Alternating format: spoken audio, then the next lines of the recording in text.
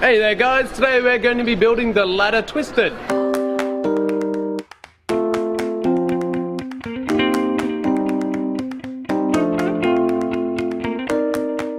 Make sure you check out the description below, which has a list of all the tools, materials, alternative elements which could be used to swap out for this piece, as well as any other elements which could connect to it in some way. One of the first things we're going to do for this ladder Twisted is to clean up the wood that we've got here. Right wood selection, of course, is also really important.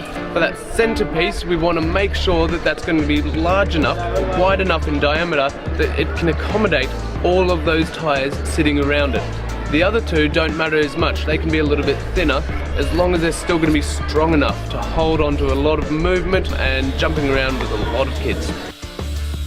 When you're digging those holes for the tyres to be sitting in, I find it's best to start digging, lay the tyres down, see what sort of heights you're looking at, and then adjust it to suit, because you may need to make some slight adjustments as you're going along.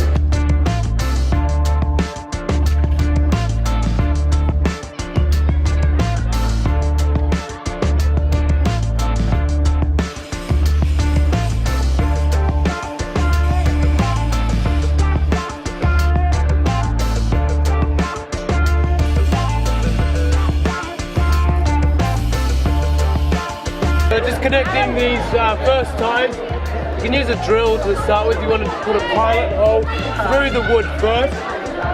Then once we've got that, we can use a drill with a little socket attachment to get it started. Now I find using a ratchet works best once you've actually got that hole started. It means that the drill won't bust out if the holes are really small, and it means you can get a really tight hold on there.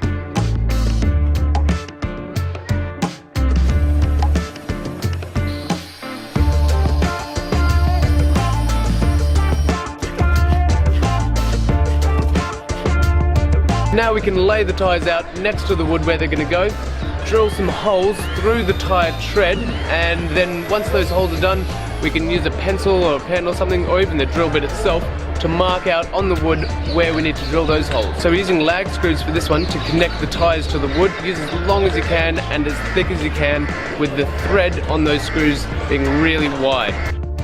Once all of those pieces are in place, we can start priming them. So we're using an oil-based primer for this one. Once that's all clean and dry and ready to go, we can then start painting it and have a lot of fun with it. Spruce it up and make it look beautiful.